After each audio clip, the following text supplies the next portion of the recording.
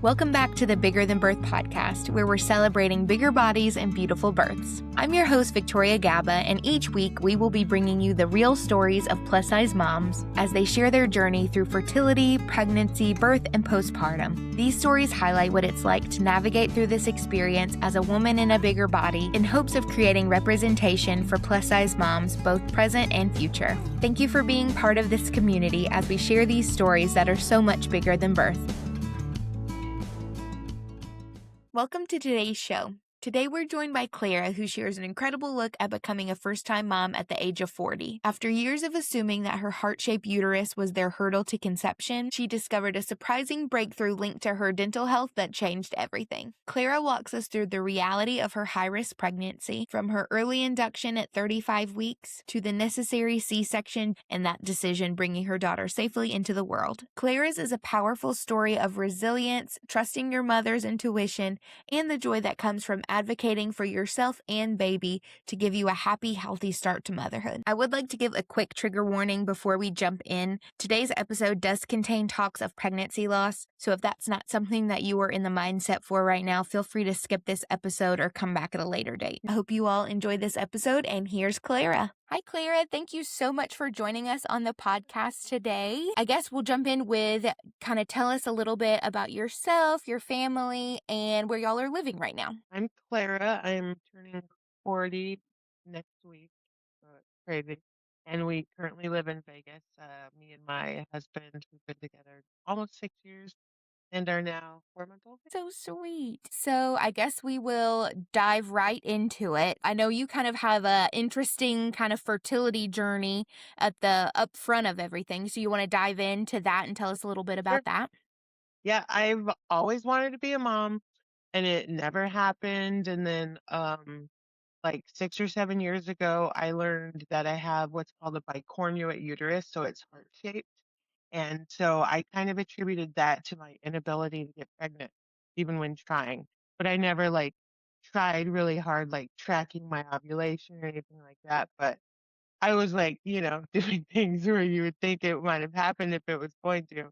And so eventually I just gave up on it. And really, like the last couple years, I had just kind of started mourning the loss of motherhood, especially with my age progressing and everything. Like a year and a month or so ago, or like, a year and a few months ago, I had a bridge removed at the dentist that I had had for 15, maybe almost 20 years that always bothered me.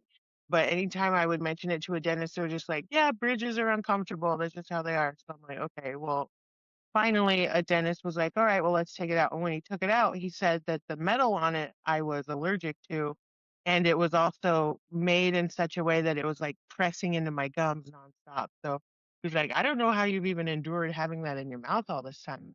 And within 1 month of having that removed, I was pregnant for the very first time in my life, and that Wow. was last November or last October.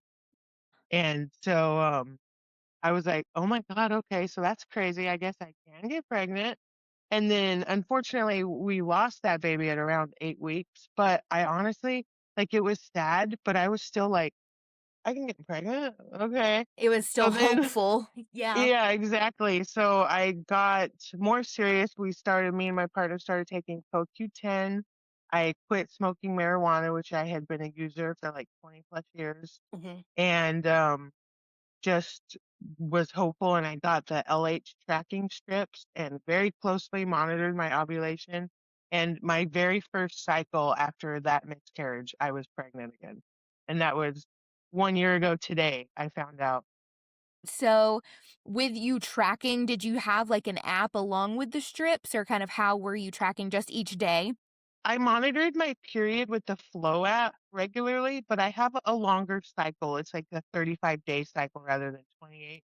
So it was never actually accurate for when my ovulation should be. But I used the LH strips and the pre-mom app to like put them in and see when I ovulated, and it to the day was correct. So it was on January 28th. We celebrated egg drop day, and I made, like, egg drop soup. That's so funny. Perfect. We love Uh-huh. symbolism. Yeah. So with that early pregnancy loss, were you able to pass that naturally or did you have to go to the Yeah. doctor for that? I just had a natural miscarriage. It was, like, maybe a month and a half long of dealing with that and then got my cycle back.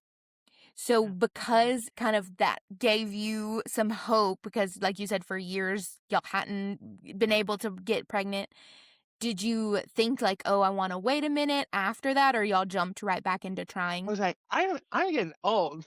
If this is gonna happen, let's do it." But I was fully prepared. Like we were thinking, oh, it's probably gonna take like at least a year. And then we even scheduled a visit with a fertility specialist to go see them. And by the time we had that appointment we scheduled, I was already pregnant. The lady was even like, "You're my most successful client." You're like, "You're welcome." So, talk us through finding out you were pregnant, kind of those early pregnancy days. It was pretty crazy. So I was tracking the ovulation. I found it kind of fun. I got really good at peeing in a cup. Well, which I've never been good at. But yeah, just using the strips like 2 times a day once I started seeing a faint line. And then when I had that solid line, I'm like, all right, let's see if this works. And I waited 9 days post my ovulation to actually test on like a pregnancy strip and I saw the faintest little line. Oh, and at 7 days post-ovulation, I actually was having a little, like, twingy pain, and I told Alex, my husband, I was like, "If we end up pregnant, I'm feeling the implantation right now."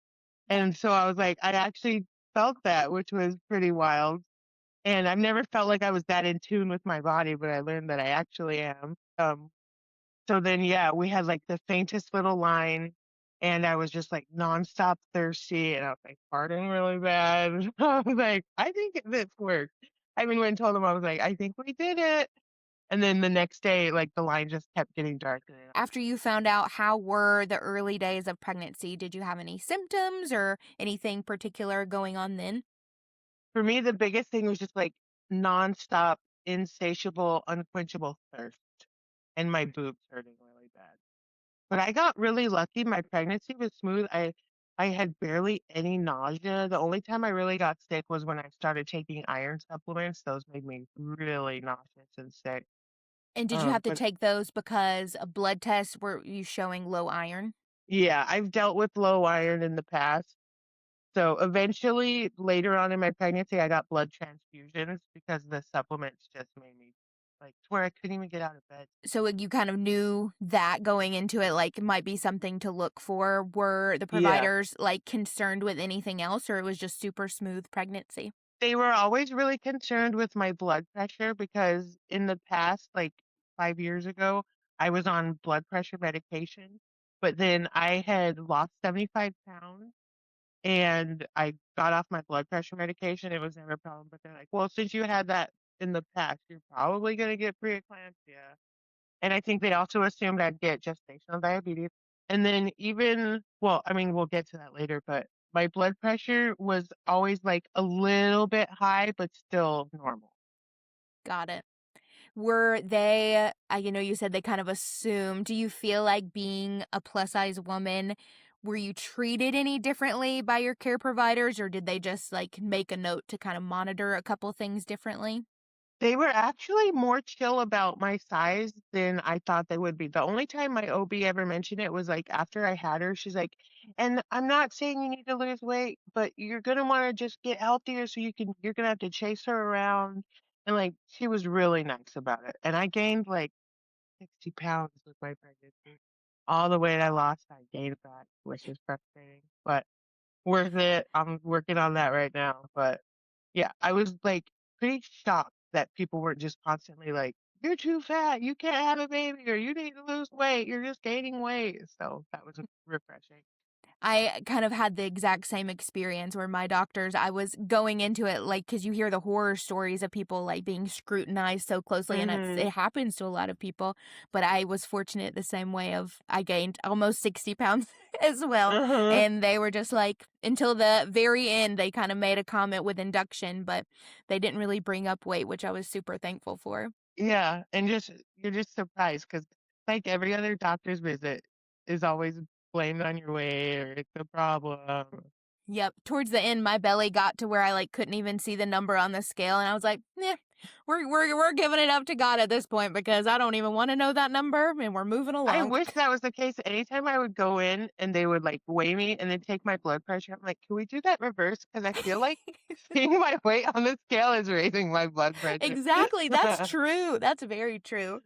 So, I guess kind of going through that, did you have monitoring of your blood pressure closer to going into labor, or how did the end of pregnancy look for you? So they kept saying preeclampsia will probably come, so we are going to induce you at 37 weeks. And I kept fighting that. I was like, I really just want to have natural, and let's just see what happens. It's not a problem so far. And I had a high risk doctor and my regular OB, my high risk because of my bicornuate and my age, so geriatric. And so anytime I would go to their office, my readings would be totally normal. And when I'd go to my regular OB office, they were always elevated. So I'm like, you guys are stressing me out, obviously. But so eventually, as we further progressed, she was like, okay, you are doing well, so let's do 38 weeks of election. And so eventually we're like, okay, and we scheduled it, and we're like, oh my God, this is crazy. We're gonna have a baby soon. And then when I was at 30 or 35 weeks and 5 days, I noticed reduced movement one day. Like for the first time, I wasn't feeling her move around a lot. And I kept on all the mom groups and everything. Everyone's like, it's better safe than sorry. Go in if that happens. And I was like, I don't want to spend like 4 hours there just for them to hook me up and be like, she's fine. But then, so we like waited, we went to dinner, and then I was just like, yeah, I'm still not feeling her. And so we decided to just go in, better safe than sorry. Yeah. And like as soon as they got me all checked in and hooked up to the thing, she started like kicking me like crazy, moving around. And then they're like, she's perfect, she's fine, but your blood pressure is high. And I think that was also because I was stressed out, like worried about her. But so then they're like, we're gonna have to keep you for a while. And I'm like, okay.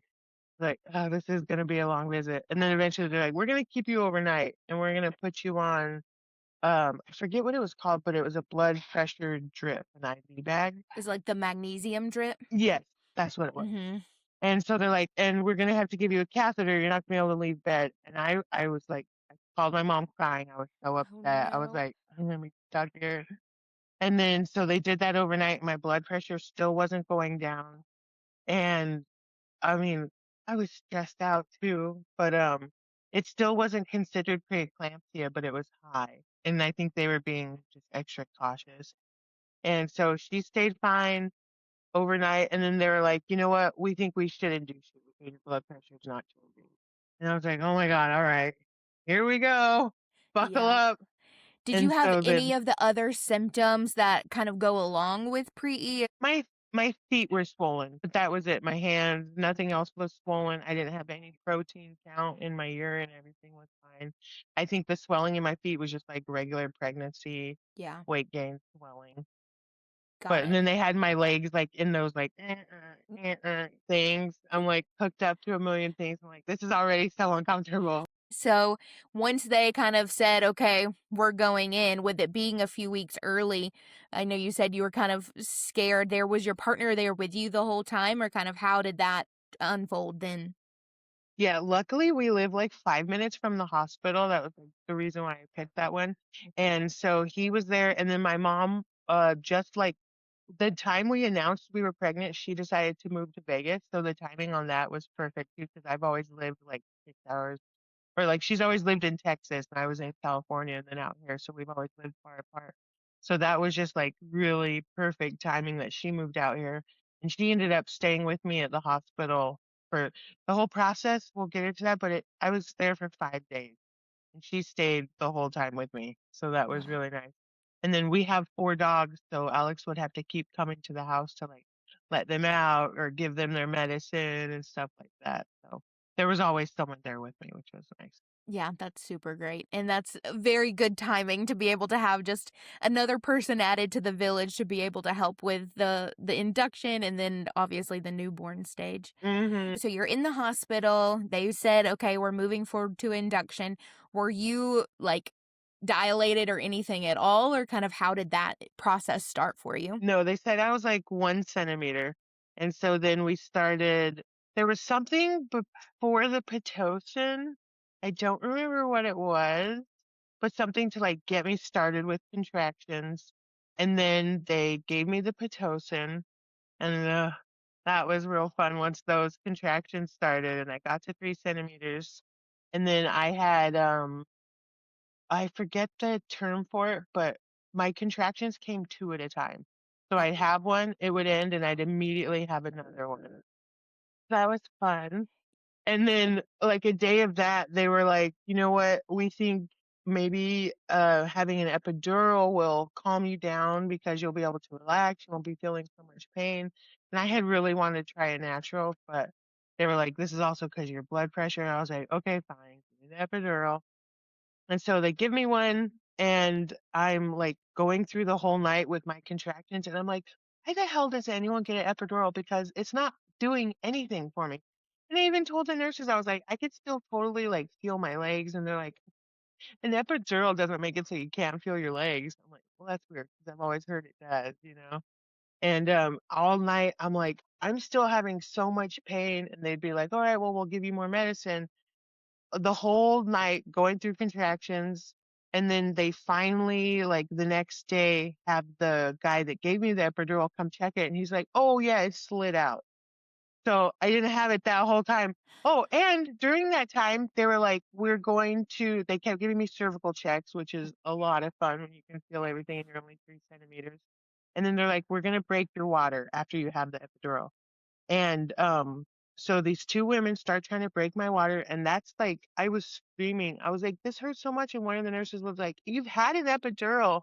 And I was like, "Okay, well, I'm still feeling literally everything happening." And so that was so frustrating. Like, my mom still gets pissed off when we talk about that 'cause she some of the nurses there were just the Rude. worst. Uh-huh. Yeah. And so then when they discovered that the epidural hadn't been working because it had slid out and was improperly placed, I was like, "Thanks. I'll take my You're" apology now, thank you. yeah. So then I got the second epidural, and that was, like, my 3rd day, and immediately I was like, "Oh, yeah, my legs just went numb." They're like, "Yeah, that's what an epidural does." I'm like, so that finally was some relief, and I fell asleep for the first time in the 3 days for, like, an hour or 2, and when I woke up, though, I had the worst itching on both of my legs. I was having a bad reaction to the Oh, epidural no. medication, and it was like I have such a, like, mind issue with being itchy where you can't relieve it, and so I remember my mom, like, got wet washcloths and we're, like, rubbing them on my legs, trying to do anything, and I looked at her, I'm like, "I am gonna freaking lose it. I can't handle this." And so then by that time, they had the whole 3 days I'm there, they kept being like, "You should get a cesarean, you should get a cesarean." I'm like, "I wanna do this natural." Mhm. But by then I was like, "Okay, cesarean me. Do it. Cut me open. It was I the can't." itching. It sent you Yeah, over the edge. it really was. And then I was worried because I was like, uh, "Is the epidural that you guys gave me the only medication you use for the cesarean?" Because I would really hate for like, I just had one that didn't work, and I'd really hate for that to stop working suddenly in the middle of you guys popping me open. But luckily, the cesarean, very smooth, very fast. I would just do that again if I had another one. Yeah. So during that time, like through the 3-day induction process, how was your blood pressure? Did they have you on any specific medication after you did that magnesium drip? Or They had me on the magnesium nonstop and maybe some pills. I don't even really remember. It was such a blur, but they were pumping me full of that magnesium, baby. Yeah, it was terrible. I did not like it. And then they had that stuff on my legs constantly. And they did like a bad job putting on my IV line here. So then they also gave me a new IV line over here. So I had like both hands had different IV lines in them. Both of my legs were hooked up. And oh, and they put me on oxygen. So you're just like, I am a machine now. Exactly. That's crazy. And I know, like, everything about induction, I went through it too, is, like, just so uncomfortable. It's like, how do you Yeah. expect me just to do this if I'm, like, so uncomfortable the whole time? Yeah, and I got stuck at, like, 3 to 4 centimeters. It never progressed past that. And they actually found out when, they got her out of me, she had, like, a short, little, fat umbilical cord, and my placenta's at the top of my uterus, so it was actually prohibiting her from falling further into my Mm. cervix. It was wrapped around her neck, so it actually worked out that we, like, got in there and just took care of it when we did. So, talk me through you just telling them, like, "Okay, we're ready to move forward the C-section." Did it move pretty quickly after that, or how did that go for you? Yeah, within them, me agreeing to that, they're like, "Okay, well, let's take you." And I was like, "Wait, I need my husband here because he was still at home." And so they're like, "Okay, we can wait." And it felt like within 15 minutes, but I think it was within like half an hour of deciding to do it, they were wheeling me back there to have it done. And then that whole process only took like 30 minutes. My doctor, like, I don't even know how she did it that fast. But that was very fast. It was And did you get to have amazing. the doctor that you had been Yeah. seeing prenatally? Initially, they were telling me it wasn't going to be her because it was her day off, but she came in and did it, so that was nice. Did your husband get there before they wheeled you back, or they're like, "Okay, we're gonna Yeah. go ahead and get started"? Yeah, he got there and then they're like, "Okay, let's go," and he suited up and came back there with me. Very cool. That's I know that's nerve-wracking in itself, like, "Make sure you get back, please." Uh-huh. "Where are you?" Yeah, exactly. So they wheel you back. Did they give you more medicine in your epidural? Yeah, that luckily worked out, and, the doctor gave me something to combat the itching. So That's I was good. like, Thank you, that's all I wanted. uh-huh. But unfortunately, after all was said and done and I was in bed, the itching would come and go. And I was like, I need to get out of here. It's driving me crazy. Yeah, that I had a very bad itching reaction, but afterwards, and not really during the induction or anything, but I think mine was also maybe the epidural medicine when they gave me more because I had a C-section as well, and Uh-huh. mine was on my face, so my Uh, nose was just, like, were you constantly scratching it? like, my nose some of the pictures you see, I look like Rudolph because my nose was so Uh, red because I was just, like, rubbing it so hard. uh, So that's so interesting that, like, that's a uh-huh. pretty common reaction. Yeah. So you said that, like, about 30 minutes, super quick. Did you just get a normal incision? They didn't have to do, like, the vertical incision or anything? Mm-mm. Yeah, they did a normal one. It's just like hidden under my little fupa flap and everything. It healed up really super nice. They used like some special patch afterwards that had like silver in it. I forget what it's called, but she said that helps it heal better and faster. And it did, it healed real nice. You can't even really see it anymore. So when once they pulled her out, did they, like, bring her to you so you could see her? Did they kinda straight away take her and do all the tests? That annoyed me. Okay, so they had her out, and they said because I was on the magnesium, it would make her sleepy, so I never really got to, like, hear her crying, but Alex could, like, see what's happening, so I'm like, "Go take some pictures or tell me what's happening." So he went over there, and he showed me a few pictures on my phone and everything, and then, eventually, they did bring her over all burrito wrapped up for me, and that annoyed me a little bit too because I also wanted to do, like, "Don't wipe off her fur next," and, "I'll take her dirty," but she was, like, wiped completely clean. I'm like, "Whatever, at least she's here." And then they're, like, holding her, and I'm, like, strapped down, I was like he has this on video, I'm like, "I can't even see her."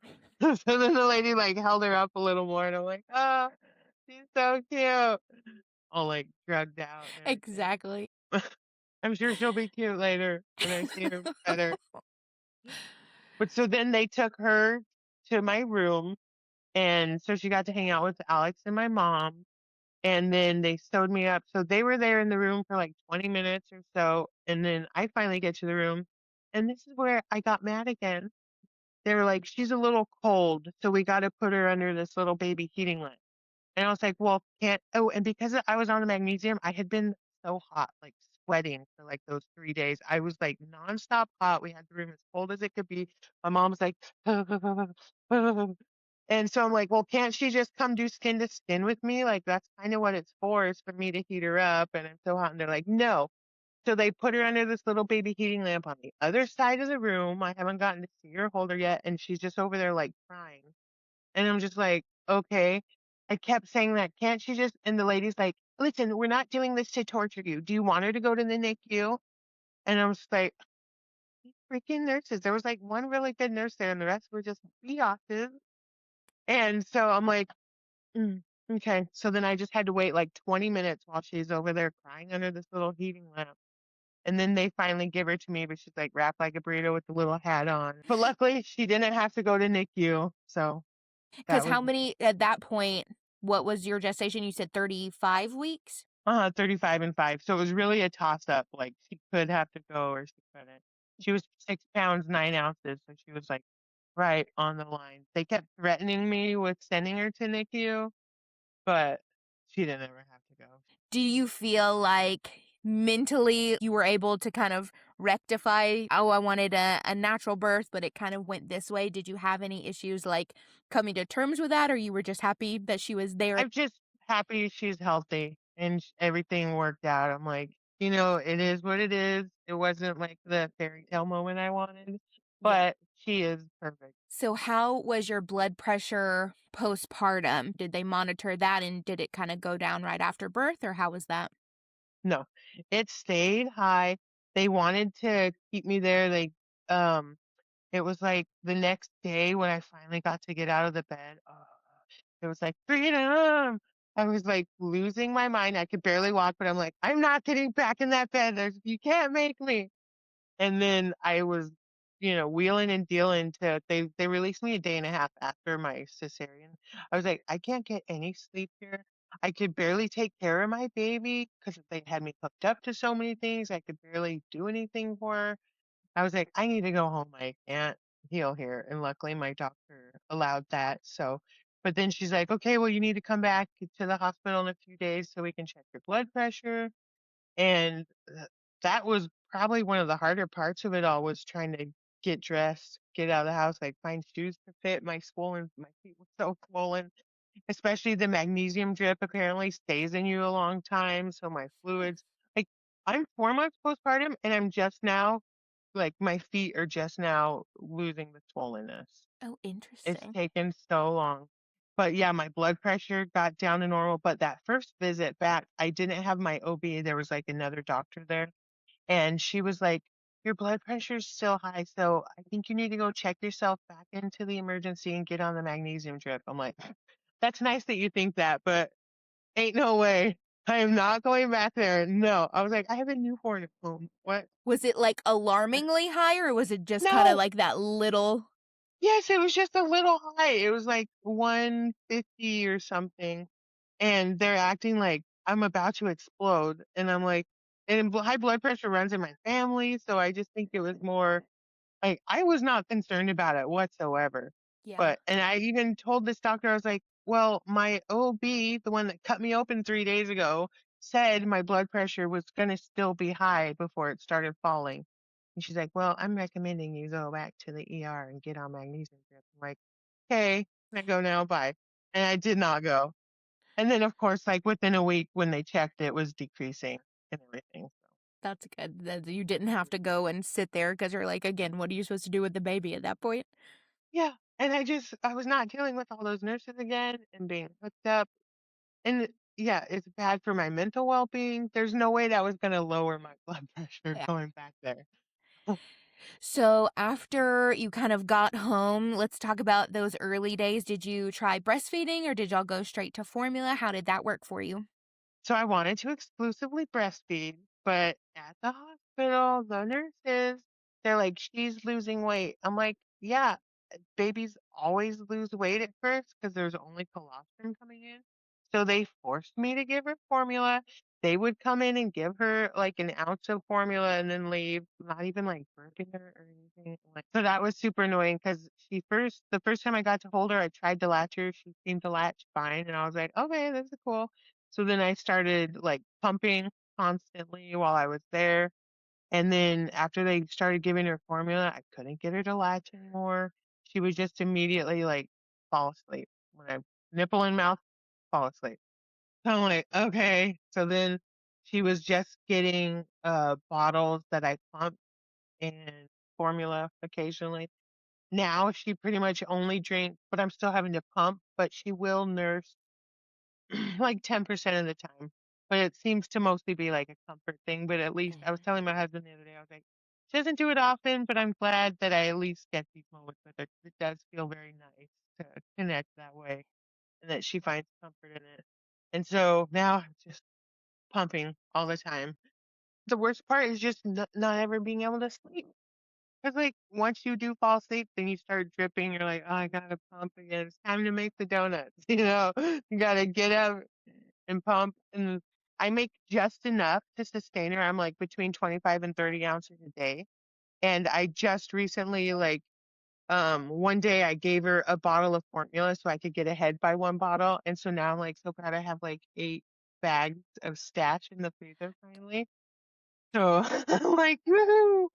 That's But, and I feel like that is so normal, like, you see online these people that have freezers and freezers full of milk, but and uh-huh. so everyone's like, "Oh my gosh, that's what I have to get," but I feel like the more normal is just to have enough or to have a little stash is super exciting. Yes, I know. Yeah, I'm like, "Woo." I feel so accomplished. So did it take your milk a minute to come in after surgery, or did it kinda come in straight away?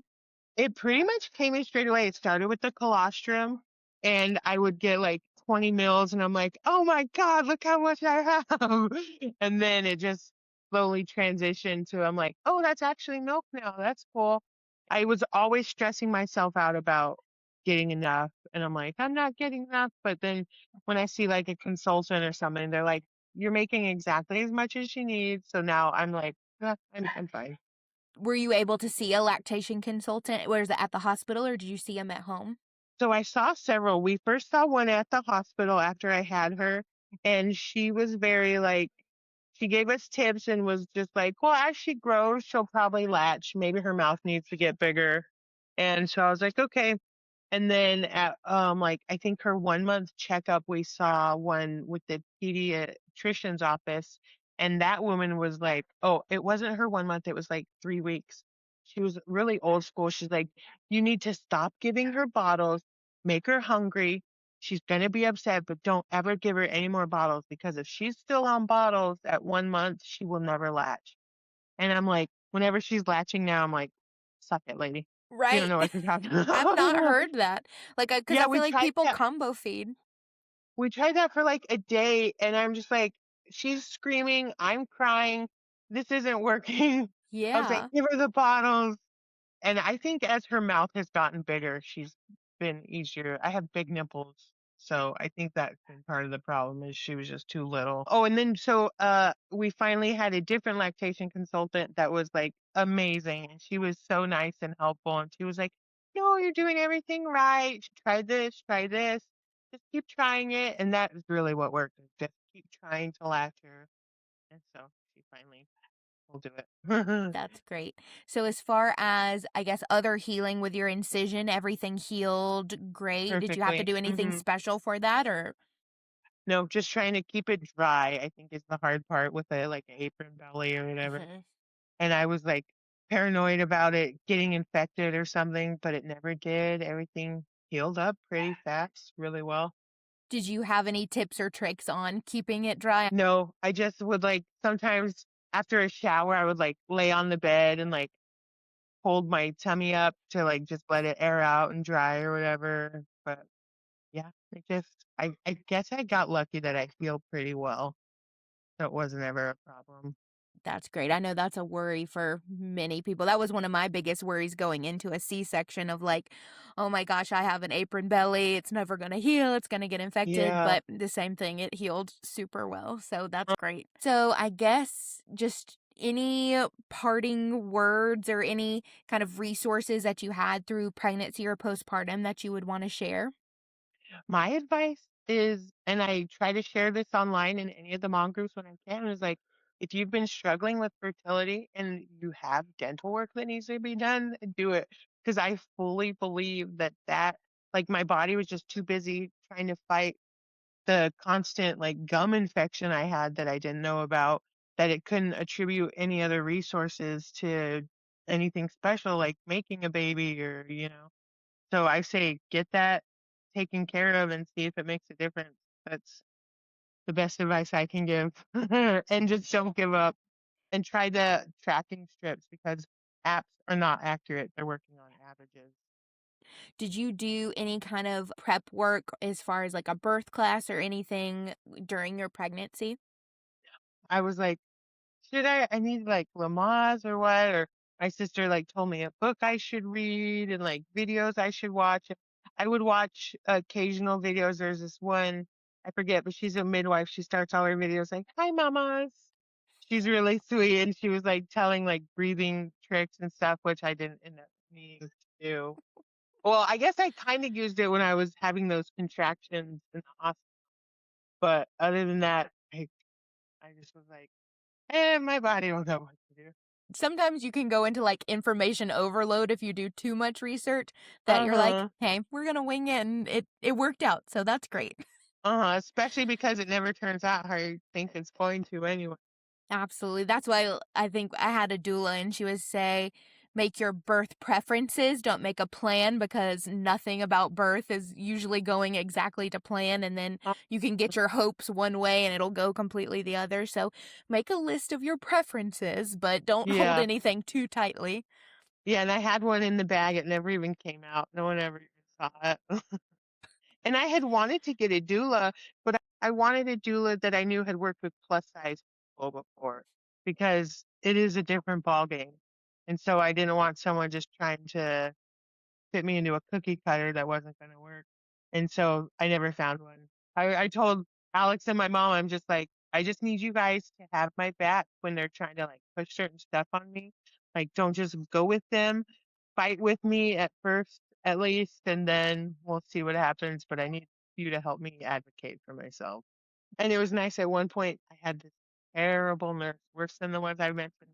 And my mom even like, she's like, "Do you want me to tell him you don't want her anymore?" I was like, "Yeah."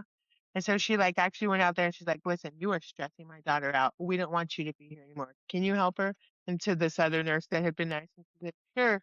So then I was like, "Oh wow, thank you." But good, because it is. I feel like so many people just kind of grin and bear it if you do have a rude nurse.